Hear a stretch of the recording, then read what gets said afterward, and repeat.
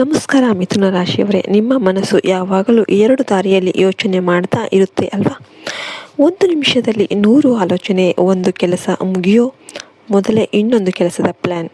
ಎಲ್ಲರ ಜೊತೆ ನಗು ನಗುತ್ತಾ ಮಾತಾಡಿದ್ರು ಒಳಗೊಳಗೆ ನಾನು ಸರಿಯಾದ ದಾರಿಯಲ್ಲಿ ಇದ್ದೇನಾ ಅಂತ ಪ್ರಶ್ನೆ ಕಾಡ್ತಾ ಇರುತ್ತೆ ಅಲ್ವಾ? ಈ ದ್ವಂದ್ವದ ಓಟದಲ್ಲಿ ನೀವು ಸುಸ್ತಾಗಿ ಯಾರಿಗೂ ಹೇಳಿಕೊಳ್ಳಲಾಗದೆ ಕಣ್ಣೀರು ಹಾಕಿದಾಗ ಒಂದು ಸತ್ಯ ಕಿವಿಯಲ್ಲಿ ಇಟ್ಕೊಳ್ಳಿ. ಒಂದು ಆತ್ಮ, ಒಂದು ಮಾತೃಶಕ್ತಿ ನಿಮ್ಮನ್ನು ಬಿಡದೆ ಪ್ರತಿ ಕ್ಷಣ ಕೂಡ ಕಾಯ್ತಾ ಇದೆ.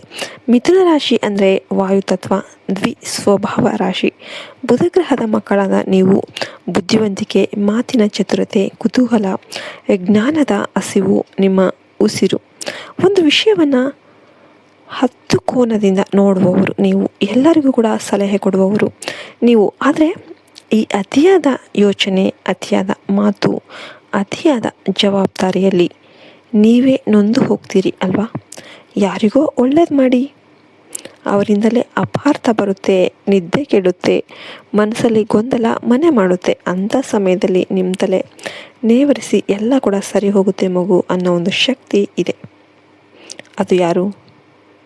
ಅದು ನಿಮ್ಮ ಮನೆ ದೇವತೆ ಸರಸ್ವತಿ ಅನ್ನಪೂರ್ಣೇಶ್ವರಿ ಆಗಿರಬಹುದು, ನಿಮ್ಮ ಅಮ್ಮ ಅಜ್ಜಿಯ ಆತ್ಮ ಆಗಿರಬಹುದು, ಅಥವಾ ನೀವು ನಿಸ್ವಾರ್ಥವಾಗಿ ಕಲಿಸಿದ ವಿದ್ಯೆ ಕೊಟ್ಟ ಧೈರ್ಯ, ಬಡ ಮಕ್ಕಳಿಗೆ ಕೊಟ್ಟ ಪುಸ್ತಕ, ಹಸಿದವರಿಗೆ ಕೊಟ್ಟ ಮಾತು, ಈ ಜನ್ಮದಲ್ಲಿ ನಿಮ್ಮನ್ನು ಕಾಯುವ ದೇವತೆ ಆಗಿರಬಹುದು.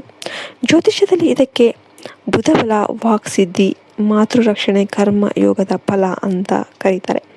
2026ರ ಜುಲೈ ತಿಂಗಳಲ್ಲಿ ಬುಧ ಮೇಷರಾಶಿಯಲ್ಲಿ ನಿಮ್ಮ 11ನೇ ಮನೆಯಲ್ಲಿ ಇದ್ದಾನೆ.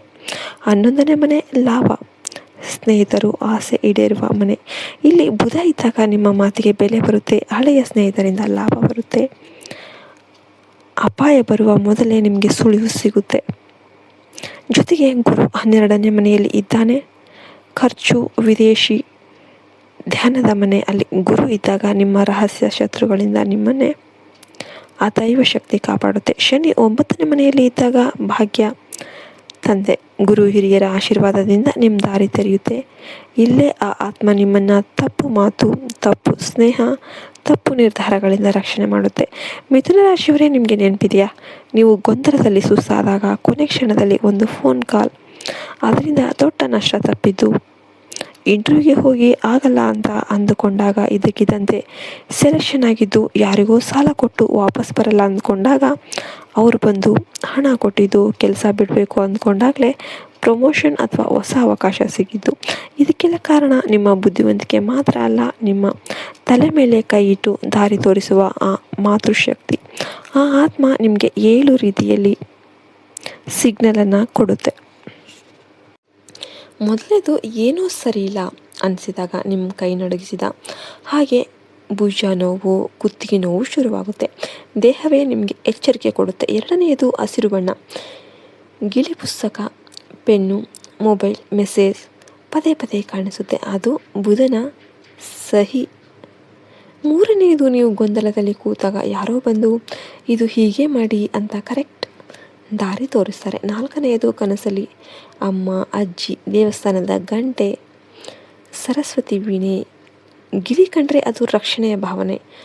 ಐದನೆಯದು ನೀವು ಸಹಾಯ ಮಾಡಿದ ವಿದ್ಯಾರ್ಥಿ, ಸ್ನೇಹಿತ, ಅನಾಥಾಶ್ರಮದಿಂದ ನಿಮಗೆ ಆಪತ್ಕಾಲದಲ್ಲಿ ಸಹಾಯ ಬರುತ್ತೆ. ಆರನೆಯದು ನಿಮ್ಮ ಆರೋಗ್ಯದ ವಿಷಯದಲ್ಲಿ ಸರಿಯಾದ ಡಾಕ್ಟರ್, ಸರಿಯಾದ ಮಾಹಿತಿ ತಾನಾಗೆ ಸಿಗುತ್ತೆ.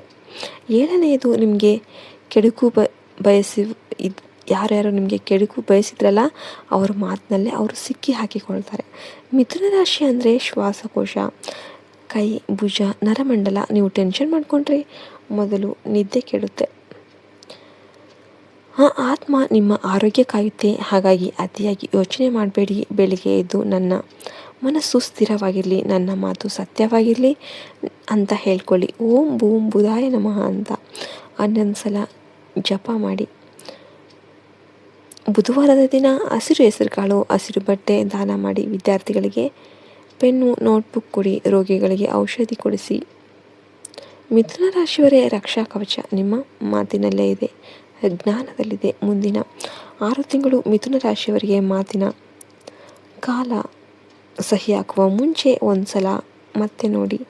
ದಾಖಲೆ, ಹಣಕಾಸು, ಕೋರ್ಟ್, ಇನ್ಶೂರೆನ್ಸ್ ವಿಷಯದಲ್ಲಿ ಒಂದು ಸಣ್ಣ ಮಾತು ದೊಡ್ಡ ಸಮಸ್ಯೆ ತರಬಹುದು. ಆದರೆ ಭಯ ಬೇಡ. ನೀವು ಮಾತಾಡುವ ಮೊದಲು ತಡೆದು ನೋಡಿ ಅನಿಸೋದು ಆ ಒಂದು ಧ್ವನಿಯಾಗಿರುತ್ತೆ. ನಿಮ್ಮ ಫೈಲ್ ಮಿಸ್ ಆದರೂ ಕೂಡ ಕೊನೆ ಕ್ಷಣದಲ್ಲಿ ಸಿಗುತ್ತೆ. ಯಾಕೆಂದರೆ ನಿಮ್ಮ ಪುಣ್ಯದ ಫೈಲ್ ದೇವರ ಬಳಿ ಸೇಫ್ ಆಗಿದೆ. ಮಿಥುನ ರಾಶಿಯವರಿಗೆ ಜನ ನಿಮ್ಮನ್ನು ತುಂಬ ಮಾತಾಡ್ತೀರಾ ಅಂತ ಅತ್ತ ಇತ್ತ ಚಂಚಲ ಅಂತ ಕರೀತಾರೆ. ಆದರೆ ಅದೇ ಚಂಚಲತೆಯಲ್ಲಿರುವ ಕುತೂಹಲವೇ ನಿಮ್ಮನ್ನು ಮತ್ತು ನಿಮ್ಮ ಕುಟುಂಬದವರನ್ನು ಕಾಪಾಡುತ್ತೆ. ನೀವು ಪ್ರಶ್ನೆ ಮಾಡೋದು ಅನುಮಾನದಿಂದ ಅಲ್ಲ, ಪ್ರೀತಿಯಿಂದ. ಆ ಆತ್ಮಕ್ಕೆ ಗೊತ್ತು. ಹಾಗಾಗಿ ನೀವು ಯಾರಿಗೂ ಕೂಡ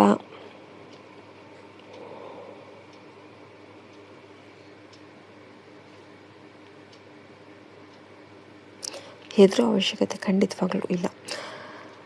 ಅವಳ ಆಶೀರ್ವಾದ, ಅವಳ ಧೈರ್ಯ ನಿಮಗೆ ರಕ್ಷಣೆ ಖಂಡಿತವಾಗ್ಲೂ ಕೊಡುತ್ತೆ. ನಿಮಗೂ ಕೂಡ ಹಾಗೆ ಅನ್ನಿಸ್ತಾ ಇದೆಯಾ? ಅನ್ನಿಸಿದರೆ ಕಮೆಂಟಲ್ಲಿ ಹೇಳಿ. ವಿಡಿಯೋಗೆ ಇನ್ನೂ ಕೂಡ ಲೈಕ್ ಮಾಡಿಲ್ಲ ಅಂದರೆ ಲೈಕ್ ಮಾಡಿ, ಶೇರ್ ಮಾಡಿ, ಸಬ್ಸ್ಕ್ರೈಬ್ ಮಾಡಿ.